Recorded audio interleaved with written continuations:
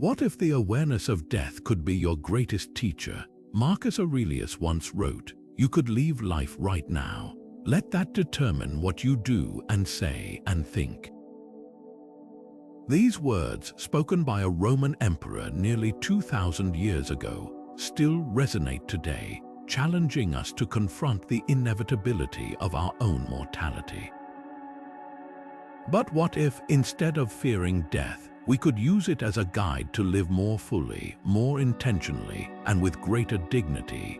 This is the heart of the Stoic perspective on life's transience, a philosophy that doesn't shy away from the hard truths but embraces them as tools for transformation. In this video, we'll explore how the Stoic principles of Memento Mori, acceptance, and resilience can reshape the way we see our time on this earth. By the end, you'll discover how the fleeting nature of life isn't something to dread but a powerful reminder to live with purpose, gratitude, and courage. So, let's begin this journey together, because understanding death might just be the key to truly embracing life. Memento Mori, remember you must die, is not a morbid reminder but a call to live fully. At its core, this ancient Stoic practice isn't about dwelling on death. It's about using the awareness of life's impermanence to clarify what truly matters. The Stoics believed that by keeping the inevitability of death in mind, we strip away distractions, trivial worries, and the noise of everyday life. It's a tool not for fear but for focus. Seneca, one of the great Stoic philosophers, put it this way: "It is not that we have a short time to live, but that we waste much of it. Life is long enough, and it has been given to us in generous measure for accomplishing the greatest things, if only we use it well." In other words, it's not the quantity of time we have but the quality of how we use it that defines a meaningful life. Think about it. How often do we postpone our dreams, delay difficult conversations, or put off pursuing what truly fulfills us because we assume there will always be more time? The practice of Memento Mori challenges that assumption.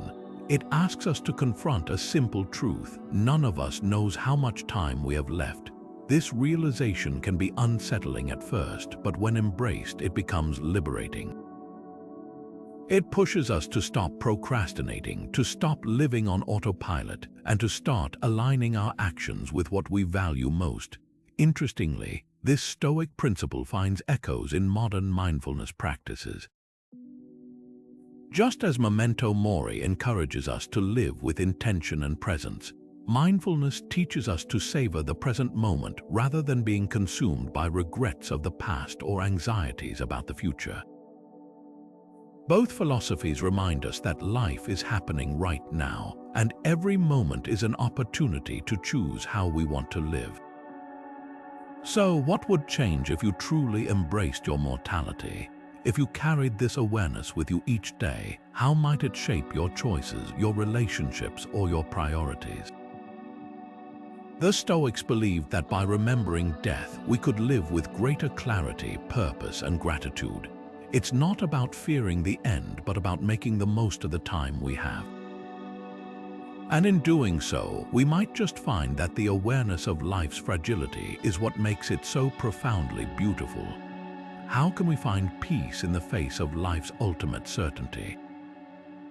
The Stoics offer a profound answer: acceptance. Not resignation, not defeat, but a clear-eyed acknowledgement of what we cannot change. This is the cornerstone of their philosophy, a recognition that while we cannot control everything that happens to us, we can always control how we respond. Epictetus, a Stoic philosopher who began his life as a slave, put it simply: some things are within our power while others are not. He taught that freedom lies in focusing on what we can influence and letting go of what we cannot. And what could be more beyond our control than the inevitability of death? Yet, by accepting this truth, we liberate ourselves from the fear that often holds us back. Consider Socrates, one of history's most iconic figures. Faced with a death sentence, he chose to drink hemlock rather than flee or beg for mercy. His calm acceptance of his fate wasn't born of indifference, but of a deep understanding that death is a natural part of life. He saw no shame in dying, only in living dishonorably. This is the Stoic ideal, not to avoid death but to face it with dignity, knowing that how we live is far more important than how long we live. Acceptance isn't just about death, though. It's a mindset we can apply to the smaller, everyday challenges of life. Think about the times you've been stuck in traffic, frustrated by a delayed flight, or upset by someone else's actions. How much energy do we waste resisting what we can't change? The Stoics would argue that this resistance only amplifies our suffering. Instead, by accepting what's beyond our control, we free up mental and emotional space to focus on what truly matters: our own thoughts, choices, and actions. So, where in your life are you resisting acceptance? Are there situations, relationships, or outcomes you're clinging to, even when letting go might bring you peace? The Stoic practice of acceptance invites us to reflect on these questions, not as a form of defeat but as a path to empowerment. When we stop fighting the inevitable, we open ourselves up to living with greater clarity, resilience, and grace. This isn't about giving up or becoming passive. It's about redirecting our energy toward what we can influence: our character, our values, and the way we choose to engage with the world. By embracing the Stoic principle of acceptance, we don't just make peace with death, we learn to live more fully, even in the face of life's uncertainties. Imagine life as a river constantly flowing and never the same. One moment, the water rushes past with intensity, the next, it slows to a gentle trickle. No matter how much we try to hold on, the river keeps moving, carrying us forward whether we're ready or not. This is the essence of life's transience, the Stoic understanding that nothing stays the same, and clinging to the illusion of permanence only leads to suffering. Marcus Aurelius, in his Meditations, wrote, "Time is like a river made up of the events which happen, and its current is strong. No sooner does anything appear than it is swept away." His words remind us that life's fleeting nature isn't something to resist but to accept as part of the natural order. The Stoics believed that much of our pain comes from trying to hold onto what is inherently temporary: relationships, possessions, even our own youth. We build our lives around the assumption that these things will last, and when they don't, we feel betrayed. But what if, instead of resisting change, we could see it as a fundamental part of existence? What if we could find peace not in permanence but in the ebb and flow of life itself? This shift in perspective is at the heart of Stoic philosophy. It teaches us to let go of the need for control and to embrace the impermanence of all things. Consider how this applies to modern life. Think about the fear of losing a job, the anxiety of aging, or the heartbreak of a relationship ending. These struggles are universal, yet they're often rooted in the same illusion, that things should stay as they are. The Stoic approach doesn't dismiss these challenges as unimportant. Instead, it invites us to reframe them. A job loss, for example, isn't just an ending but an opportunity to grow, to explore new paths, and to discover strengths we didn't know we had. Aging isn't a decline but a natural progression, one that brings wisdom and depth if we allow it. And while the end of a relationship can be painful, it can also open the door to new connections and self-discovery. So, what are you clinging to? What do you fear losing, and why? These are questions worth reflecting on, not to provoke anxiety but to uncover where we might be resisting life's natural flow. The Stoics would argue that by accepting the impermanence of all things, we free ourselves from the weight of expectation and the fear of loss. We begin to see life not as something to be controlled but as something to be experienced fully, moment by moment. This doesn't mean we stop caring or stop striving. It means we engage with life from a place of openness rather than attachment. We cherish what we have without demanding it stay the same, and we face change with curiosity rather than fear. In doing so, we align ourselves with the wisdom of the Stoics, finding peace not in the illusion of permanence but in the beauty of life's ever-changing current. And perhaps in that acceptance we discover a deeper, more enduring kind of joy, one that flows with the river rather than fights against it. In the face of death, virtue is our only true possession. The Stoics believed that while everything else in life, wealth, status, even our bodies, can be taken from us, our character remains ours to shape. This is why they placed such profound importance on living a life guided by virtue, wisdom, courage, justice, and temperance. These four pillars aren't just abstract ideals, they're practical tools for navigating life's challenges, including the ultimate challenge of mortality. Seneca once wrote, "Virtue alone is everlasting and unchangeable, for it is the same both in this life and the next." In other words, virtue isn't just about how we live, it's about how we face death with dignity and grace. Wisdom, the first of the Stoic virtues, teaches us to see life and death for what they truly are. It's about understanding that death is not an evil but a natural part of existence. Courage, the second virtue, gives us the strength to confront this truth without fear. Justice reminds us to live in harmony with others, ensuring that our actions contribute to the greater good, even in the face of our own impermanence. And temperance, the final virtue, helps us maintain balance and perspective, preventing us from being consumed by despair or reckless indulgence. Together, these virtues form a framework for living and dying well. Consider the story of James Stockdale, a U.S. Navy pilot who was shot down during the Vietnam War and held as a prisoner for over 7 years. In the face of unimaginable suffering and uncertainty, Stockdale turned to Stoic philosophy, particularly the teachings of Epictetus, to sustain him. He later wrote that it was his commitment to virtue, his courage to endure, his wisdom to find meaning in suffering, his sense of justice to protect his fellow prisoners, and his temperance to resist despair, that allowed him to survive with his dignity intact.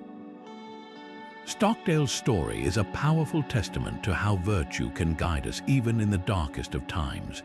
But you don't have to be a prisoner of war or a philosopher to apply these principles. Virtue is accessible to everyone in every moment.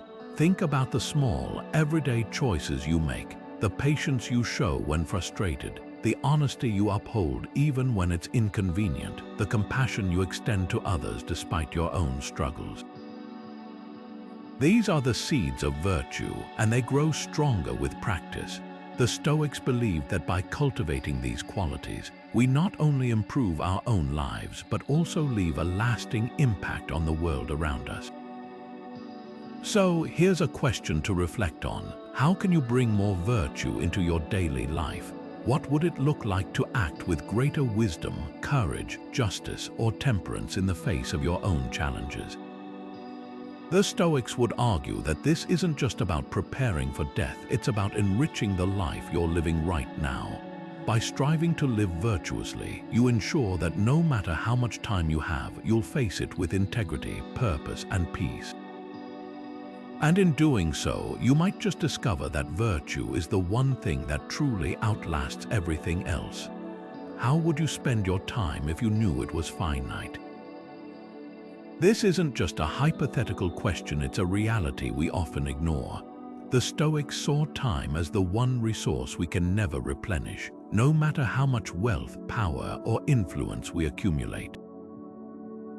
Seneca, in one of his most famous letters, put it bluntly, "It is not that we have a short time to live, but that we waste much of it."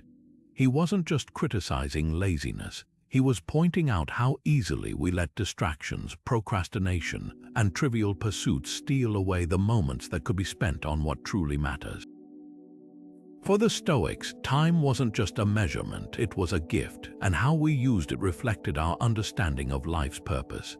In a world filled with endless distractions, social media, entertainment, and the constant buzz of notifications, it's easy to lose sight of what's important. The Stoics, however, didn't have the luxury of such diversions. Their focus was on cultivating virtue, deepening relationships, and contributing to the greater good. They believed that every moment wasted on frivolity was a moment lost forever, a piece of life that could never be reclaimed. This isn't to say they didn't value rest or leisure. They simply approached these activities with intention, ensuring they served a purpose rather than becoming mindless escapes. Take a moment to reflect on your own life. How much of your time is spent on activities that truly align with your values? How often do you postpone what matters because you assume there will always be more time?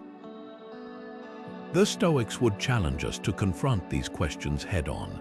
They'd remind us that life is happening right now, and every moment is an opportunity to choose how we want to live. This doesn't mean we need to fill every second with grand achievements, but it does mean we should strive to live with purpose, even in the small, everyday choices. Consider the contrast between a life driven by distraction and one guided by Stoic principles. On one hand, there's the endless scroll of social media, the hours lost to binge watching, and the constant pursuit of external validation.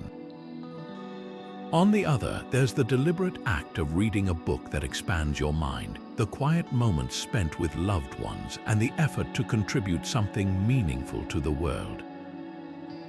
The Stoics would argue that the latter is where true fulfillment lies, not in the accumulation of things or the fleeting pleasure of distraction, but in the intentional use of the time we're given. So, what would it look like to live more like a Stoic in this modern age? It might mean setting boundaries around your screen time, prioritizing activities that align with your values, or simply pausing to ask yourself, is this how I want to spend my time? It's about shifting from a life of passive consumption to one of active engagement, where every moment is an opportunity to grow, connect, or create something of lasting value. The Stoic view of time isn't just a call to action, it's an invitation to live with greater awareness and intention. By recognizing the fleeting nature of time, we can stop postponing what matters and start embracing the life we have moment by moment. The question isn't whether time is finite, it's what we choose to do with the time we have. And perhaps in answering that, we'll find a deeper sense of purpose, connection, and joy. Death is inevitable, but how we face it is within our control. This simple yet profound truth lies at the heart of the Stoic dichotomy of control, a principle that teaches us to focus our energy on what we can influence and let go of what we cannot. Epictetus, the Stoic philosopher, put it plainly, some things are up to us and some things are not up to us. He believed that freedom and peace come from understanding this distinction, especially when confronting life's most unavoidable realities like death. By recognizing that we can't control when or how we die, but we can control our attitude toward it, we take the first step toward reducing anxiety and building resilience. Think about it, so much of our fear and stress comes from trying to control the uncontrollable. We worry about the future, agonize over decisions, and exhaust ourselves trying to shape outcomes that are ultimately beyond our reach. The Stoics, however, saw this as a recipe for unnecessary suffering. Instead, they encouraged us to focus on the one thing we truly control, our own thoughts, choices, and reactions. This shift in perspective doesn't just apply to death. It's a tool for navigating all of life's uncertainties. When we stop trying to control what's outside our power, we free ourselves to focus on what we can change, and that's where real progress begins. Consider someone facing a terminal diagnosis. The diagnosis itself is outside their control, but how they choose to respond, whether with despair, acceptance, or even a renewed sense of purpose, is entirely within their power. This doesn't mean the situation isn't painful or difficult. It means that even in the face of the unimaginable, we still have agency. We can choose to focus on the relationships we cherish, the moments we can still create, and the legacy we want to leave behind. This is the essence of the Stoic dichotomy of control. finding strength not in avoiding hardship but in how we rise to meet it. So, what about you? What are the things in your life that feel beyond your control, and how much energy are you spending trying to change them? Take a moment to reflect on this. Make a list of what you can and cannot control. You might find that many of your worries fall into the second category, things like other people's opinions, the past, or the inevitability of aging and death. Now look at the first category, your mindset, your actions, the way you treat others, the goals you set for yourself. These are the areas where you have real power, and focusing on them can transform not only how you face death but how you live every day. The Stoic dichotomy of control isn't about giving up or resigning ourselves to fate. It's about redirecting our energy toward what truly matters, where we can make a difference. By embracing this principle, we learn to navigate life's challenges with greater clarity and resilience. And in doing so, we discover that while we can't control everything, we can always control how we choose to respond to life, to loss, and even to death itself. What if preparing for the worst could make you stronger? This is the essence of premeditatio malorum, a Stoic practice that involves imagining worst-case scenarios, including death, to build resilience and reduce fear. At first glance, it might seem counterintuitive. Why would anyone want to dwell on potential hardships or losses? But the Stoics believed that by mentally rehearsing adversity, we could strip away the shock and anxiety that often accompany life's challenges. Seneca, one of the great Stoic thinkers, put it this way: the wise man thinks about misfortune while he is fortunate. Only by doing so can he be armed against it when it comes. In other words, preparing for the worst doesn't invite disaster. It prepares us to face it with courage and clarity.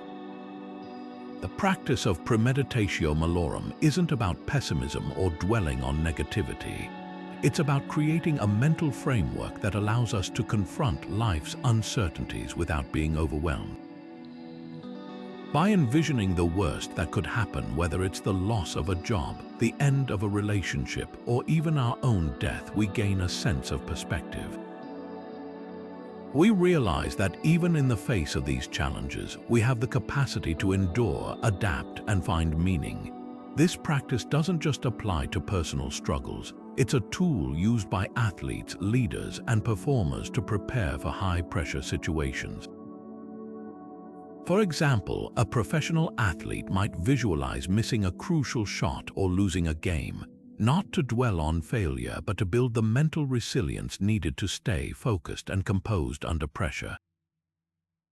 Think about how this could apply to your own life. What's the worst-case scenario you fear? Maybe it's a financial setback, a health crisis, or the loss of someone you love.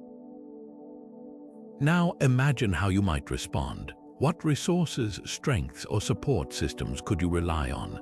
How might this challenge shape you or reveal new opportunities for growth?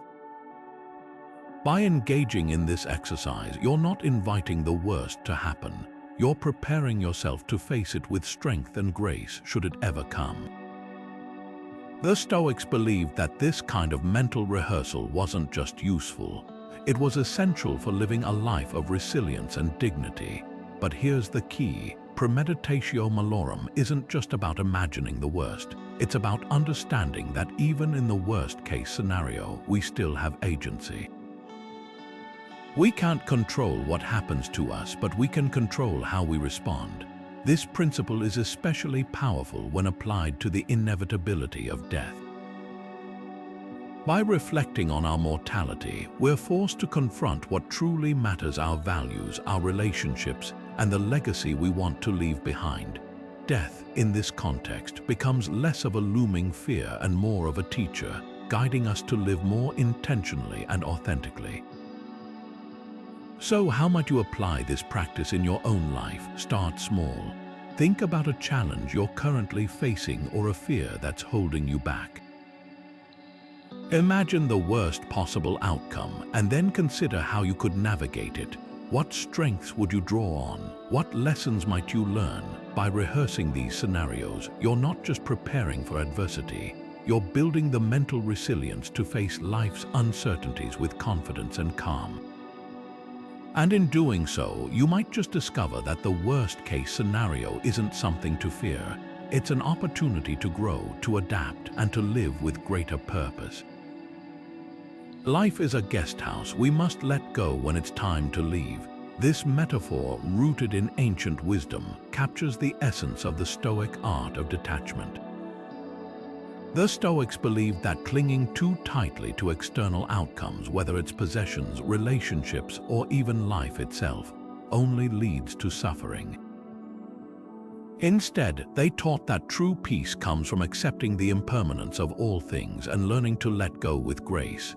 Marcus Aurelius, in his Meditations, wrote, "Everything is ephemeral, both what remembers and what is remembered." His words remind us that nothing lasts forever, and that includes our time on this earth.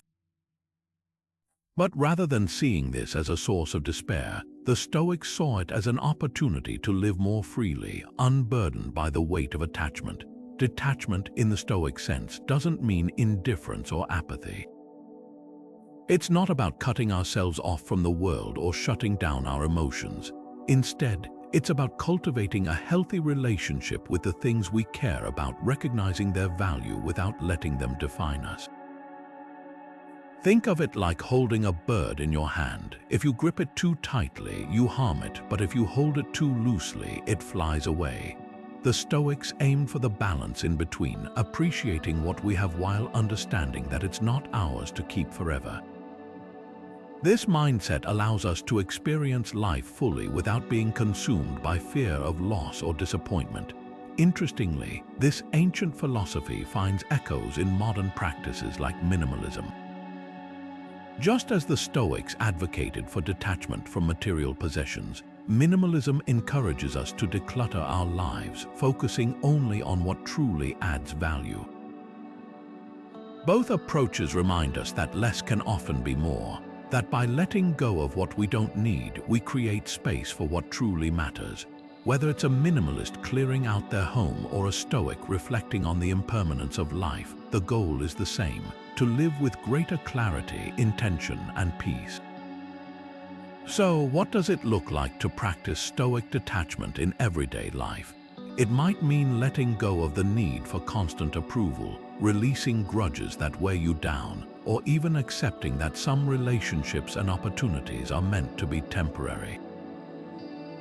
It's about shifting our focus from trying to control external outcomes to nurturing what's within our control: our thoughts, our actions, and our character.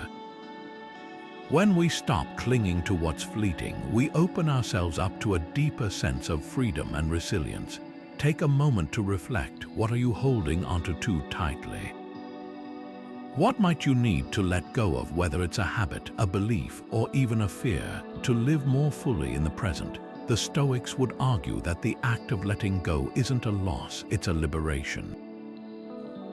By releasing what no longer serves us, we make room for growth, connection, and a deeper appreciation of the beauty in life's fleeting moments. And perhaps in that release, we find a peace that's as enduring as it is profound. What if gratitude could make life's brevity a gift? It's a question that might seem counterintuitive at first. After all, how can we feel thankful when we're constantly reminded of life's impermanence? Yet, the Stoics believed that gratitude isn't just a response to abundance, it's a way of seeing the world, even in the face of mortality. By focusing on what we have rather than what we lack, we can find a deep sense of contentment, even as we acknowledge the fleeting nature of our existence. Epictetus once said, "He is a wise man who does not grieve for the things which he has not, but rejoices for those which he has." This simple yet profound insight reminds us that joy isn't found in the future or in what we might lose, but in the present moment and in what we already possess. Gratitude, in the Stoic sense, isn't about ignoring life's hardships or pretending everything is perfect. It's about shifting our perspective, choosing to see the good alongside the bad, the light amidst the shadows. When we focus on what we're grateful for, we're not denying the inevitability of death. We're affirming the value of the life we have right now. This shift in mindset doesn't just bring peace, it transforms how we experience the world. It turns fleeting moments into lasting memories, ordinary days into extraordinary gifts, and even the awareness of mortality into a reminder to cherish what we have. Modern science supports this ancient wisdom. Research has shown that practicing gratitude can improve mental health, reduce stress, and even strengthen relationships. When we take time to reflect on what we're thankful for, we're not just boosting our mood, we're rewiring our brains to focus on positivity and resilience. This isn't just a feel-good exercise, it's a powerful tool for navigating life's challenges, including the awareness of our own mortality. By cultivating gratitude, we're not just preparing for death, we're enriching the life we're living right now. So how can we bring this practice into our daily lives? Start small. At the end of each day, take a moment to list 3 things you're grateful for. It could be as simple as a kind word from a friend, a beautiful sunset, or even the comfort of a warm meal. The key is consistency, noticing and appreciating the small, everyday blessings that often go unnoticed. Over time, this practice can shift your perspective, helping you see life not as something to fear losing, but as something to celebrate every day. Imagine carrying this mindset with you. How might it change the way you approach challenges, relationships, or even your own mortality? Gratitude doesn't erase the difficulties of life, but it does give us a way to navigate them with greater resilience and joy.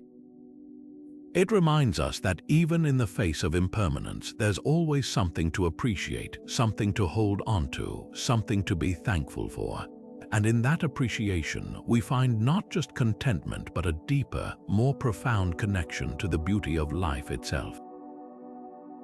So, what are you grateful for today? Take a moment to reflect and let that gratitude guide you not just through the challenges, but through the moments of joy, connection, and meaning that make life worth living. Because when we embrace gratitude, we don't just face mortality, we transcend it, finding richness and purpose in every moment we're given. Your legacy isn't what you leave behind, but how you live. This is the heart of the Stoic view on legacy, a perspective that shifts the focus from material possessions or external achievements to the quality of our character and the depth of our impact on others. The Stoics believed that a meaningful legacy isn't measured in monuments, wealth, or even fame. Instead, it's rooted in the virtues we cultivate and the way we choose to live each day. Seneca, one of the great Stoic philosophers, captured this idea perfectly when he wrote, "The wise man does not think of his life in terms of how long it is, but of how good it is." In other words, it's not the length of our lives or the size of our accomplishments that matter most. It's the integrity, kindness, and wisdom we bring to the world. This Stoic approach stands in stark contrast to the modern obsession with leaving a tangible mark, whether through wealth, status, or social media influence. Today, it's easy to get caught up in the idea that our worth is tied to what we accumulate or how we're remembered. But the Stoics would argue that this mindset misses the point entirely. A legacy built on external validation is fragile, fleeting, and ultimately unfulfilling. True impact, they believed, comes from the way we touch the lives of others, the principles we stand for, and the example we set through our actions. It's about living in a way that inspires others to be better, kinder, and more courageous, not because we demand recognition, but because we've chosen to live with purpose and virtue. Consider the story of Cato the Younger, a Roman statesman and Stoic philosopher who became a symbol of integrity and resilience. When faced with the collapse of the Roman Republic and the rise of Julius Caesar's dictatorship, Cato chose to take his own life rather than compromise his principles. His death wasn't an act of despair, but a final statement of his commitment to justice and freedom. Centuries later, his legacy endures not because of his wealth or power, but because of the moral courage he demonstrated in the face of adversity. Cato's life reminds us that a meaningful legacy isn't about what we achieve, but how we stand for what we believe in, even when it's difficult. So, what does this mean for us today? In a world where social media often prioritizes likes over authenticity and success is equated with visibility, the Stoic view of legacy offers a refreshing alternative.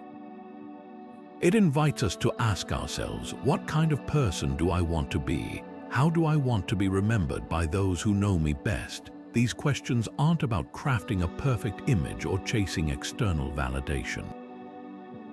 They're about aligning our actions with our values, making choices that reflect who we are at our core, and leaving a mark that's felt in the hearts of others rather than etched in stone. Take a moment to reflect. What kind of legacy do you want to leave? Not the one that's measured in accolades or possessions, but the one that's woven into the lives of the people you care about. How do you want to be remembered, not for what you had, but for how you lived? The Stoics would argue that this is the only legacy that truly lasts, the one that outlives us and continues to inspire long after we're gone. And perhaps in answering these questions, we'll find a deeper sense of purpose, not just in how we're remembered, but in how we choose to live today. How can we honor loss without being destroyed by it? This is one of the most profound challenges we face as human beings, and the Stoics offer a unique perspective on navigating grief. They saw grief not as something to avoid or suppress, but as a natural response to loss, a testament to the depth of our connections and the love we hold for what we've lost. Yet they also believed that while grief is inevitable, being consumed by it is not. Marcus Aurelius, in his Meditations, wrote, "Loss is nothing else but change, and change is nature's delight." His words remind us that grief, though painful, is part of the natural order of life. It's not a sign of weakness, but a reflection of our humanity. The Stoic approach doesn't deny the pain of loss. It simply asks us not to let that pain overshadow the life we still have to live. At its core, Stoicism teaches us to accept what we cannot change while focusing on what we can. When it comes to grief, this means acknowledging the reality of loss without letting it define us. The Stoics believed that while we can't control what happens to us, we can control how we respond. This doesn't mean we should suppress our emotions or pretend we're unaffected. Instead, it's about finding a balance, allowing ourselves to feel the pain of loss while also recognizing that it's temporary. Grief, like all emotions, is fleeting. It comes in waves, and over time, those waves grow smaller and less overwhelming. The Stoic perspective encourages us to ride those waves with patience and self-compassion, knowing that healing is a process, not a destination. Interestingly, this ancient philosophy aligns closely with modern approaches to grief counseling. Many grief therapists today emphasize the importance of acknowledging loss, expressing emotions, and finding meaning in the midst of pain, principles that echo the Stoic emphasis on acceptance and resilience. For example, the concept of continuing bonds, which encourages those who are grieving to maintain a connection with their loved ones in new ways, mirrors the Stoic idea that while we can't control death, we can control how we honor and remember those we've lost.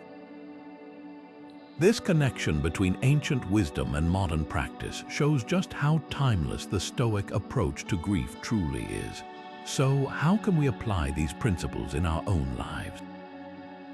Start by giving yourself permission to grieve without judgment. Allow yourself to feel the sadness, the anger, or the confusion that comes with loss.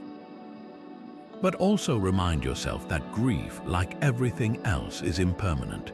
It's okay to feel broken for a while, but it's also important to take small steps toward healing. This might mean finding ways to honor the person or thing you've lost, whether through rituals, storytelling, or simply living in a way that reflects their impact on your life. The Stoics would argue that the best way to honor loss isn't by clinging to the past, but by embracing the present and living with intention. Take a moment to reflect. How have you handled past losses? Were there moments when grief felt overwhelming, or times when you found unexpected strength? The Stoic approach invites us to see grief not as an enemy but as a teacher, one that reminds us of the fragility of life and the importance of cherishing the moments we have. By facing grief with courage and compassion, we not only honor what we've lost but also reaffirm our commitment to living fully, even in the face of life's inevitable changes. And perhaps in that process we find a deeper sense of peace, not in the absence of pain, but in the strength to move forward with grace and resilience. The present moment is the only place where life truly exists. Think about it. The past is already gone, the future is yet to come, and all we ever have is now. This simple yet profound truth lies at the heart of Stoic philosophy, which teaches us that presence isn't just a state of mind, it's a way of living. The Stoics understood that life's transience isn't something to fear but something to embrace, and the key to doing so lies in fully inhabiting the present. As Epictetus once said, we are not disturbed by what happens to us, but by our thoughts about what happens. In other words, it's not the events themselves that shape our experience, but how we engage with them in the here and now. This is the essence of Stoic presence, a practice that aligns closely with modern mindfulness but is rooted in ancient wisdom. At its core, Stoic presence is about anchoring ourselves in the present moment, free from the distractions of regret about the past or anxiety about the future. It's not about ignoring life's challenges or pretending everything is perfect. It's about meeting each moment with clarity and intention.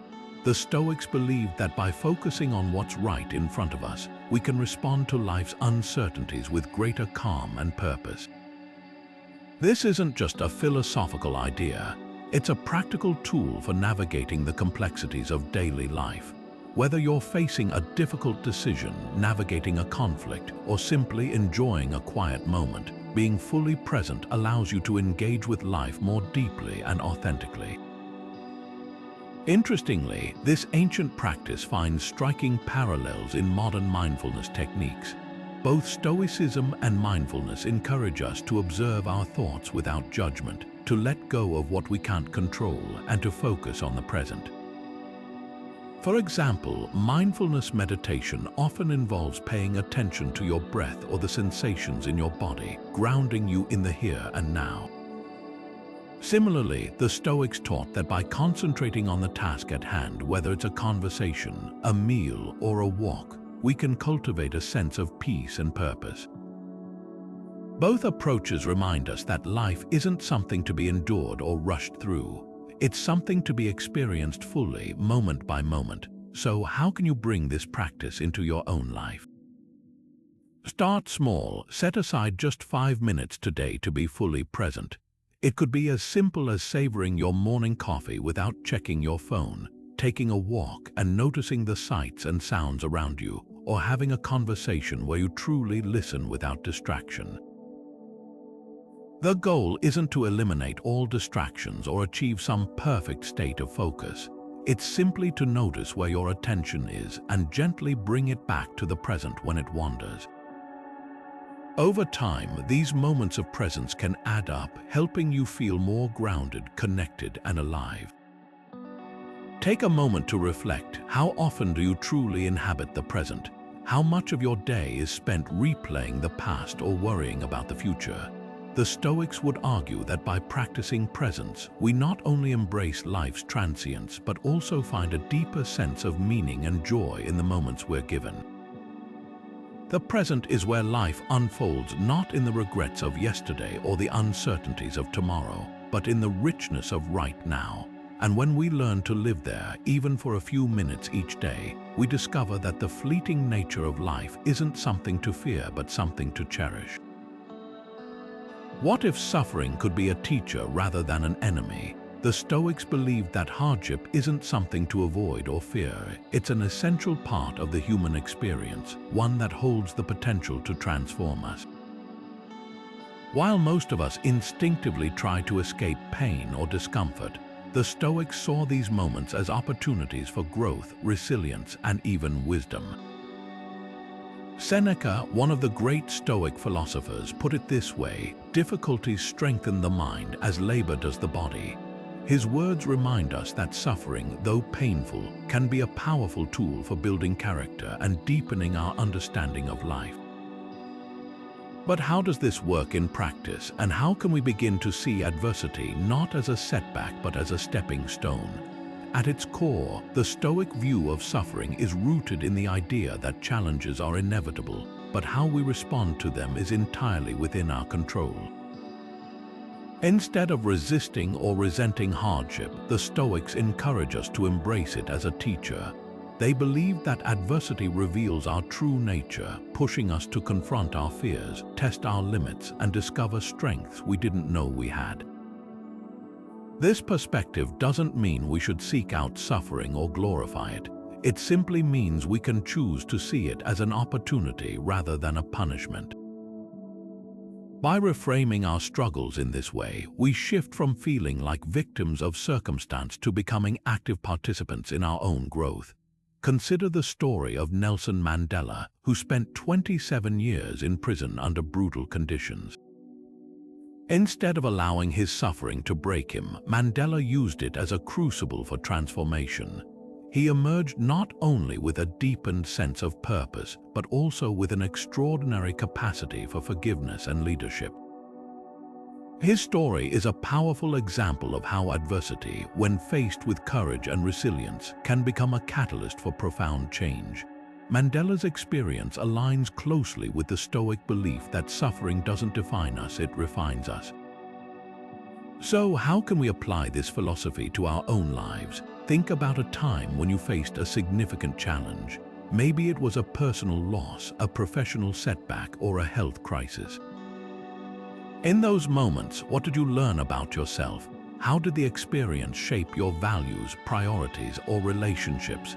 The Stoics would argue that even the most difficult experiences can teach us something valuable, whether it's patience, humility, or the importance of community.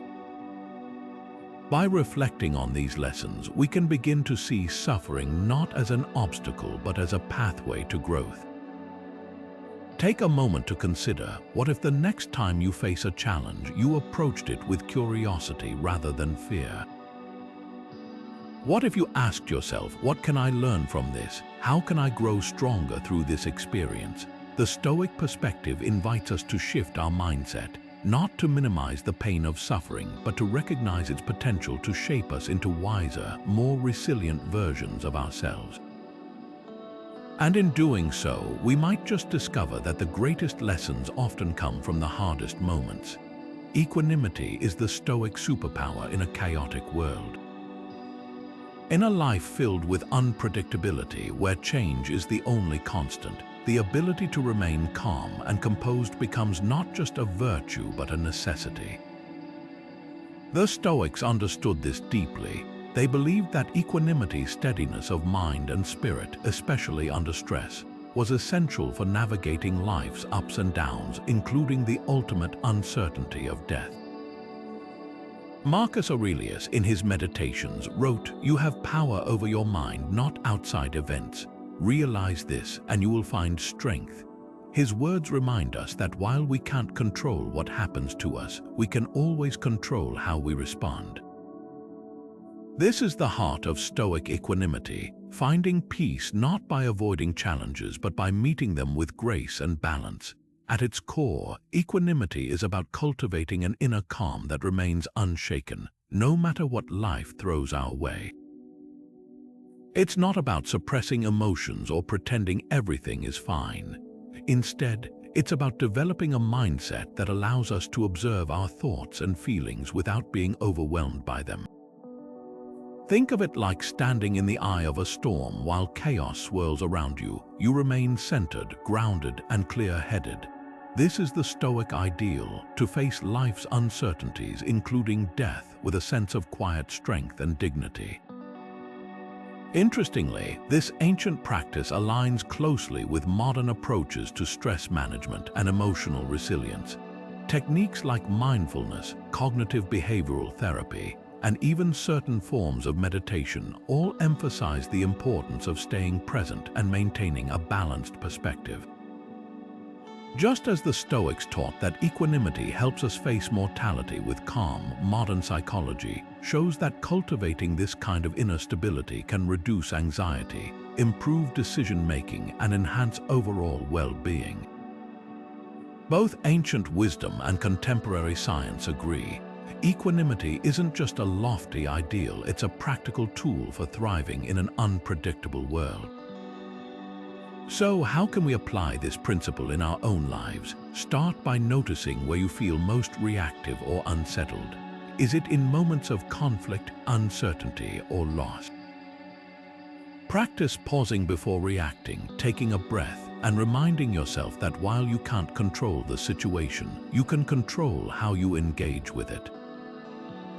Over time, this simple habit can help you build the kind of equanimity the Stoics valued: a steady, unshakable calm that allows you to face even the most difficult moments with clarity and composure. Now think about your own life. Where could you practice greater equanimity? Maybe it's in a challenging conversation, a stressful work situation, or even in the quiet moments when you're alone with your thoughts. The Stoic approach invites us to see these moments not as obstacles but as opportunities to strengthen our resilience, deepen our understanding, and grow into the kind of person who can face life's uncertainties with courage and calm. Because when we cultivate equanimity, we don't just survive the storms of life, we learn to stand tall within them, finding peace not in the absence of chaos but in the strength to remain steady despite it. What if the fear of death is just a story we tell ourselves? This is the heart of the Stoic view of fear, a perspective that challenges us to see fear not as an inevitable truth but as a product of our own perceptions. The Stoics believed that fear, like all emotions, is rooted in our thoughts, not in the external world. Epictetus, one of the great Stoic teachers, put it this way: "Men are disturbed not by things, but by the view which they take of them." In other words, it's not death itself that scares us, but the way we think about it. By reframing our perceptions, we can reduce fear's grip on our lives and find a sense of freedom, even in the face of life's greatest uncertainties. This idea might sound simple, but it's incredibly powerful. When we examine our fears, we often find that they're based on assumptions, stories, or worst-case scenarios we've created in our minds. For example, the fear of death isn't just about the end of life, it's often tied to deeper anxieties about loss, the unknown, or unfinished business. The Stoics would argue that by questioning these assumptions, we can begin to see fear for what it truly is: a mental construct, not an unchangeable reality. This doesn't mean we should ignore our fears or pretend they don't exist. Instead, it's about recognizing that we have the power to change how we respond to them. Interestingly, this ancient philosophy aligns closely with modern cognitive behavioral therapy, or CBT, which focuses on identifying and challenging irrational thoughts. Just as the Stoics taught that fear is a product of perception, CBT helps individuals reframe negative thought patterns to reduce anxiety and improve emotional well-being. For example, someone who fears public speaking might believe, "If I make a mistake, everyone will judge me." By questioning this assumption, is it really true that everyone will judge me? What's the worst that could happen? They can begin to see the fear for what it is, a story, not a fact. This process of reframing doesn't eliminate fear entirely, but it does reduce its power, allowing us to face challenges with greater confidence and clarity. So, how can we apply this Stoic insight to our own lives? Start by identifying a fear that's been holding you back.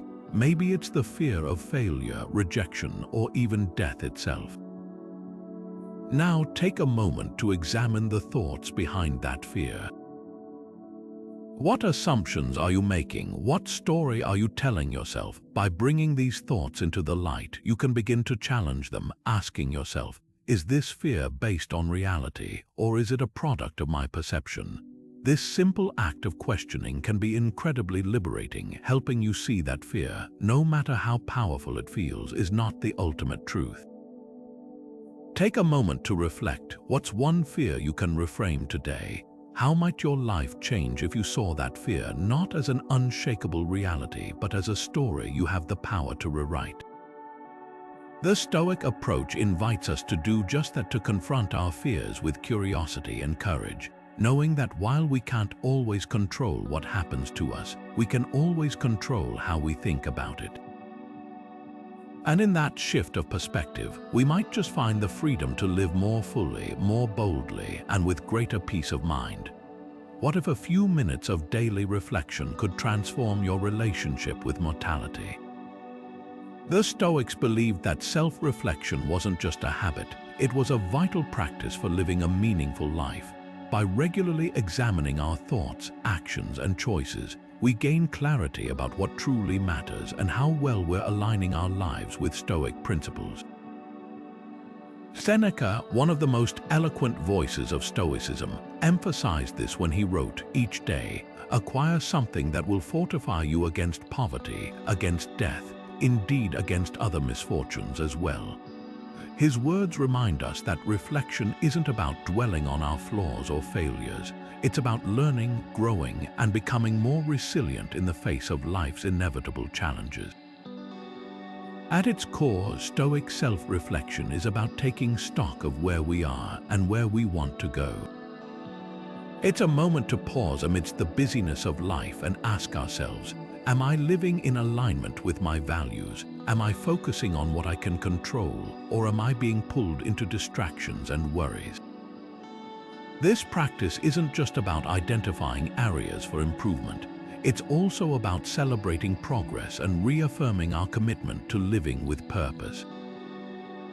The Stoics saw this as a way to stay grounded, even in the face of life's uncertainties, including the awareness of our own mortality. By reflecting on our lives, we're reminded of what's truly important, not the fleeting pleasures or external achievements, but the quality of our character and the depth of our connections. One of the most practical ways to incorporate this practice into modern life is through journaling.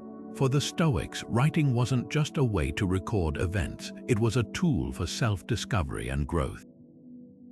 Marcus Aurelius's Meditations, for example, was essentially a personal journal, a collection of reflections and reminders to himself about how to live with wisdom and integrity.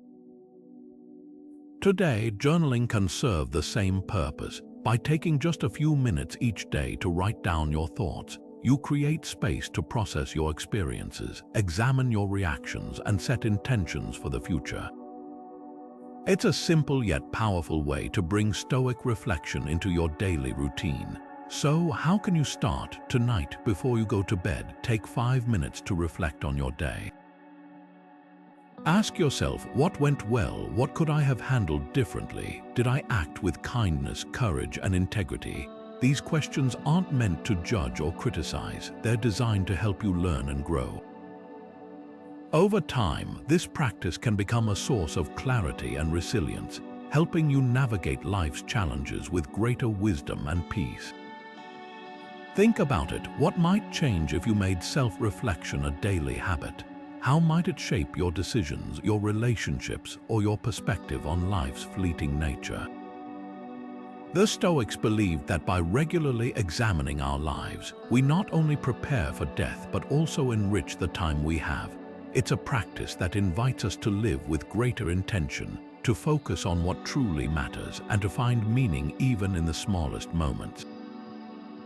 And perhaps in that process, we discover that the key to embracing life's transience lies not in fearing the end, but in cherishing the journey, one reflective moment at a time. We don't face death alone. Our connections give us strength. This is a central tenet of Stoic philosophy, a reminder that while we may each walk our own path, we are never truly isolated.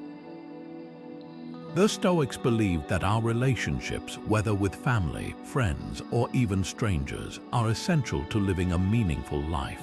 In fact, they saw these connections as a source of resilience, especially when confronting life's greatest challenges, including mortality. Marcus Aurelius, in his Meditations, wrote, "What brings no benefit to the hive brings none to the bee." His words highlight the Stoic belief in the interconnectedness of all people, emphasizing that our well-being is deeply tied to the well-being of those around us. In this way, Stoicism isn't just a philosophy of personal resilience. It's a call to cultivate and cherish the bonds that sustain us. At its core, the Stoic view of community is about recognizing that we are part of something larger than ourselves.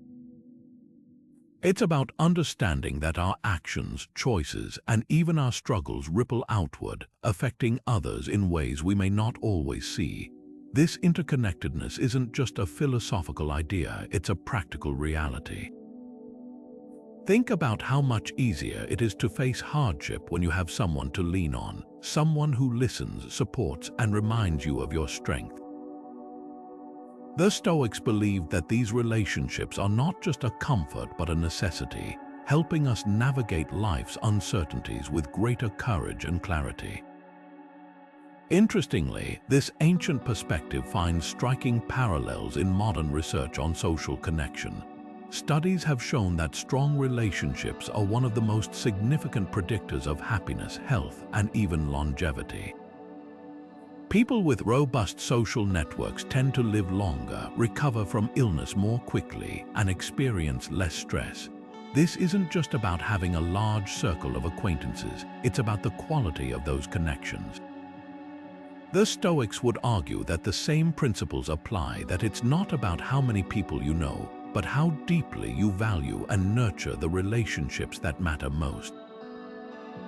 So, how can we apply this Stoic wisdom in our own lives? Start by reflecting on the relationships you already have. Are there people in your life who inspire you, challenge you, or simply make you feel seen and understood? How can you deepen those connections, not just in moments of crisis, but in the everyday moments that build trust and intimacy? The Stoics believed that strengthening these bonds isn't just a gift to others, it's a gift to ourselves. When we invest in our relationships, we create a network of support that helps us face life's challenges, including the inevitability of death, with greater courage and grace. Now consider this: how do your relationships shape the way you think about mortality? Do they bring you comfort, purpose, or even a sense of legacy? The Stoic approach invites us to see our connections not just as a source of joy, but as a vital resource for navigating life's transience. By nurturing these bonds, we not only enrich our own lives, but also contribute to the well-being of others, creating a cycle of support and meaning that endures far beyond our individual existence. In this way, the Stoic view of community reminds us that while life may be fleeting, the love and strength we share with others can leave a lasting imprint on the world. What if regret could inspire you to live more fully? It's a question that challenges our usual way of thinking. Most of us see regret as a heavy weight, something to avoid or bury. But the Stoics offer a different perspective, one that transforms regret from a burden into a tool for growth. They believe that regret, when approached with the right mindset, can be a powerful teacher, guiding us to live more intentionally and authentically. Seneca, one of the most influential Stoic philosophers, put it this way: "It is not that we have a short time to live, but that we waste much of it." His words remind us that dwelling on the past is futile, but learning from it is essential. For the Stoics, regret isn't about punishing ourselves for mistakes, it's about using those mistakes as stepping stones toward a better future. At its core, the Stoic approach to regret is rooted in action. Instead of getting stuck in a cycle of guilt or self-recrimination, the Stoics encourage us to reflect on our past choices, extract the lessons, and then move forward with greater clarity. This doesn't mean ignoring the pain of regret or pretending it doesn't matter. It simply means shifting our focus from what we can't change, the past, to what we can, the present and the future. By doing so, we turn regret into a catalyst for positive change, a reminder to align our actions with our values and priorities. Consider the story of someone who regrets not pursuing a passion earlier in life. Instead of letting that regret consume them, they use it as motivation to take action now, whether it's enrolling in a class, starting a creative project, or simply dedicating more time to what brings them joy. This is the Stoic approach in action, recognizing that regret, while uncomfortable, can push us to live more fully in the time we have left. It's not about erasing the past, but about ensuring that the future is shaped by intention rather than inertia. So, what about you? What's one regret that's been weighing on your mind? Maybe it's a missed opportunity, a relationship you neglected, or a decision you wish you'd made differently. Instead of letting that regret hold you back, ask yourself, what can I learn from this? How can I use this experience to make better choices moving forward? The Stoics would argue that this kind of reflection isn't just about self-improvement, it's about reclaiming your power to shape the life you want to live. Regret, when viewed through a Stoic lens, becomes less about what we've lost and more about what we can gain. It's a reminder that while we can't change the past, we can always choose how we respond to it. And in that choice lies the opportunity to live with greater purpose, clarity, and courage. So, the next time regret knocks on your door, don't turn it away. Invite it in, learn from it, and let it guide you toward a life that's not only free from past mistakes but full of future possibilities. Purpose isn't found in permanence but in how we live each moment. This is one of the most profound lessons Stoicism offers, a reminder that meaning isn't tied to how long we live or what we accumulate, but to the way we choose to engage with the world. The Stoics believed that even in the face of life's impermanence, we can find purpose by aligning our actions with our deepest values. Epictetus, one of the most influential Stoic philosophers, put it simply: first say to yourself what you would be, and then do what you have to do. His words cut to the heart of Stoic purpose. It's not about chasing external achievements or waiting perfect moment, but about living with intention right here, right now. At its core, Stoic purpose is about clarity. It's about knowing what matters most to you, whether it's kindness, creativity, justice, or something else entirely, and letting those values guide your choices. The Stoics understood that life is fleeting, but they also believed that this very impermanence makes our time more precious. When we live in alignment with our values, even the smallest actions can carry profound meaning. It's not about grand gestures or monumental achievements. It's about the daily decisions that reflect who we are and what we stand for. A life of purpose, in the Stoic sense, is one where every moment is infused with intention, no matter how ordinary it may seem. Consider the story of a modern-day teacher who finds purpose not in fame or fortune, but in the quiet moments of connection with her students. Every lesson she teaches, every word of encouragement she offers, is a reflection of her commitment to nurturing young minds. For her, purpose isn't about leaving a lasting mark on the world.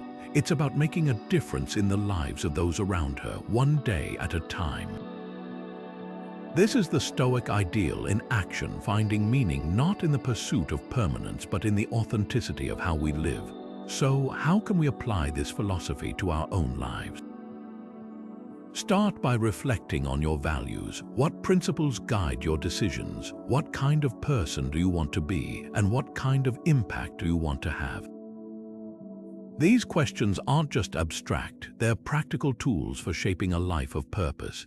The Stoics would argue that by aligning our actions with our values, we not only find meaning but also create a sense of fulfillment that transcends the uncertainties of life. Now take a moment to consider what gives your life meaning. Is it your relationships, your work, your creativity, or something else entirely? The Stoic approach invites us to see purpose not as something we find outside ourselves, but as something we cultivate within. Through the choices we make, the values we uphold, and the way we choose to show up in the world. When we live with this kind of intention, we discover that even in the face of impermanence, life can be deeply meaningful. And perhaps in that discovery, we find not just purpose, but a profound sense of peace. What if humility could make mortality easier to bear? This is the question at the heart of the Stoic practice of humility, a concept that invites us to recognize our place in the vast, interconnected web of life. The Stoics believed that by embracing our smallness, we could find peace in the face of life's impermanence. Marcus Aurelius, in his Meditations, wrote, "The universe is change, our life is what our thoughts make it." His words remind us that in the grand scheme of things, our lives are brief, fleeting moments in an ever-changing cosmos. Yet, instead of being a source of despair, this realization can be profoundly liberating. Humility, in the Stoic sense, isn't about diminishing ourselves. It's about seeing our lives as part of something much larger, something timeless and infinite. At its core, Stoic humility is about perspective. It's the understanding that we are not the center of the universe, but rather a small, integral part of it. This shift in mindset doesn't diminish our worth. Instead, it helps us let go of the need for control, recognition, or permanence. When we accept that we are part of a greater whole, we can stop clinging to the illusion of permanence and start appreciating the beauty of the present moment. This isn't just a philosophical idea. It's a practical tool for reducing anxiety, fostering gratitude, and finding meaning even in the face of life's uncertainties. Interestingly, this ancient practice finds a striking parallel in modern environmental awareness. Just as the Stoics encouraged us to see ourselves as part of a larger whole, environmentalists remind us that we are deeply connected to the natural world. Both perspectives emphasize the importance of humility, the recognition that our actions have consequences, not just for ourselves but for the entire ecosystem. Whether it's the Stoic reflecting on the vastness of the cosmos or the environmentalist advocating for sustainable living, the message is the same. Humility helps us live more responsibly, more thoughtfully, and more harmoniously with the world around us. So, how can we bring this Stoic practice into our own lives? Start by reflecting on your place in the world. Consider the people, communities, and natural systems that sustain you. How do your actions impact them, and how can you contribute to their well-being? This kind of reflection isn't about self-deprecation. It's about fostering a sense of connection and responsibility. The Stoics believed that by practicing humility, we not only accept our mortality, but also find a deeper sense of purpose, knowing that even our small actions can ripple outward, creating positive change. Now take a moment to consider, how can you practice humility today? Maybe it's by listening more than you speak, by acknowledging the contributions of others, or by taking a walk in nature and marveling at its complexity. The Stoic approach invites us to see humility not as a weakness but as a strength, a way of living with greater awareness, gratitude, and peace. When we embrace our smallness, we don't lose ourselves. We find a deeper connection to the world around us. And in that connection, we discover that mortality isn't something to fear. It's a reminder to live with intention, humility, and grace. Joy isn't about ignoring death but embracing life fully. This is the essence of the Stoic approach to joy, a perspective that doesn't shy away from life's impermanence but instead uses it as a reason to cherish the present moment. The Stoics believed that true joy comes not from external pleasures or achievements but from living virtuously and mindfully, savoring the here and now. Seneca, one of the most eloquent voices of Stoicism, captured this idea when he wrote, "True happiness is to enjoy the present without anxious dependence upon the future." His words remind us that joy isn't something we find in distant goals or fleeting pleasures. It's something we cultivate by fully engaging with the life we have today. For the Stoics, joy was deeply tied to virtue. They believed that living in alignment with wisdom, courage, justice, and temperance brought a sense of fulfillment that no external reward could match. This kind of joy isn't dependent on circumstances, it's a state of mind that arises from knowing we're living with integrity and purpose. Imagine the peace that comes from making a difficult but ethical decision, or the quiet satisfaction of treating someone with kindness even when it's not easy. These moments, though small, are where Stoic joy thrives, not in grand gestures but in the everyday practice of living well.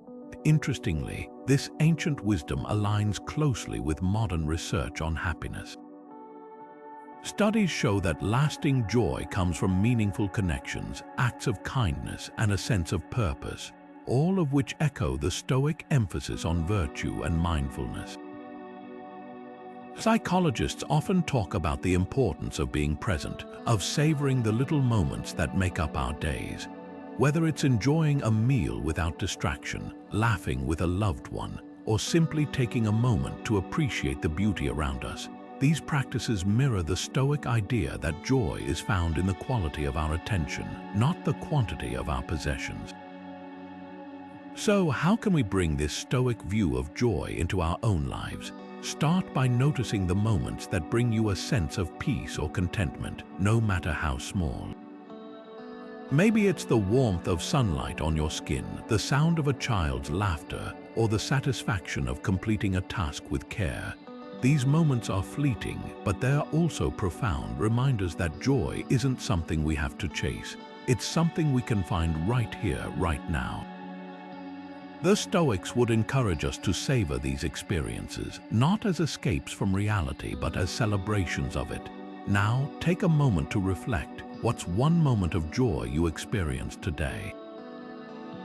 It doesn't have to be grand or dramatic. It could be as simple as a quiet moment of reflection or a shared smile with a stranger. By tuning into these experiences, we not only deepen our appreciation for life, but also strengthen our ability to find joy even in the face of its impermanence. The Stoic view of joy reminds us that life's brevity isn't a reason to despair. It's an invitation to live more fully, more mindfully, and with greater gratitude for the moments we're given. As we reach the end of our journey through Stoicism's profound perspective on mortality, it's worth pausing to reflect on the key themes we've explored. Memento Mori, acceptance, and resilience, these aren't just abstract ideas. They're tools for living a life of purpose, dignity, and peace. The Stoic practice of Memento Mori reminds us to cherish each moment, not out of fear, but with a deep appreciation for life's fleeting beauty. Acceptance teaches us to let go of what we cannot control, freeing us from unnecessary suffering and allowing us to focus on what truly matters. And resilience, born from facing life's challenges with courage and equanimity, empowers us to navigate uncertainty with strength and grace. These principles, when woven together, offer a powerful framework for embracing mortality not as an enemy, but as a companion on our journey. Marcus Aurelius, one of history's greatest Stoic thinkers, captured this sentiment beautifully when he wrote, "Death smiles at us all. All we can do is smile back." His words remind us that while death is inevitable, our response to it is entirely within our control. We can choose to face it with fear and resistance, or we can meet it with a sense of peace, knowing that a life lived with intention and virtue is one that leaves a lasting impact.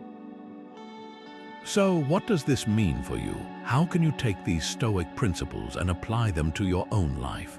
Perhaps it's by pausing each day to reflect on what truly matters, or by learning to let go of the things you can't change.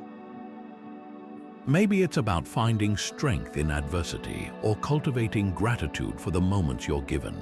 Whatever your path, the Stoic approach invites you to live not just with awareness of life's impermanence, but with a deep sense of purpose and connection. As we close this chapter, I'd love to hear your thoughts. How has this exploration of Stoicism resonated with you? What insights or practices are you inspired to bring into your own life? Share your reflections in the comments below. I'm eager to hear your perspective. And if you found this video meaningful, consider subscribing for more insights into how ancient wisdom can enrich our modern lives. Together, let's continue this journey of growth, resilience, and living with dignity. Thank you for joining me, and remember, life is short, but it's also incredibly rich. Let's make the most of it.